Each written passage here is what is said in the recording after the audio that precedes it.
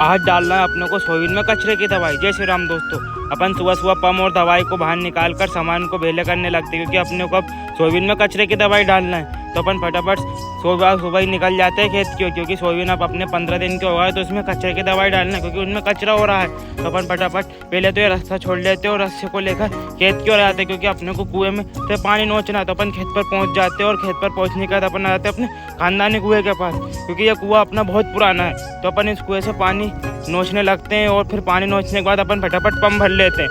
Pump भरने के बाद अपन दवाई फेंकना प्रारंभ कर देते हैं।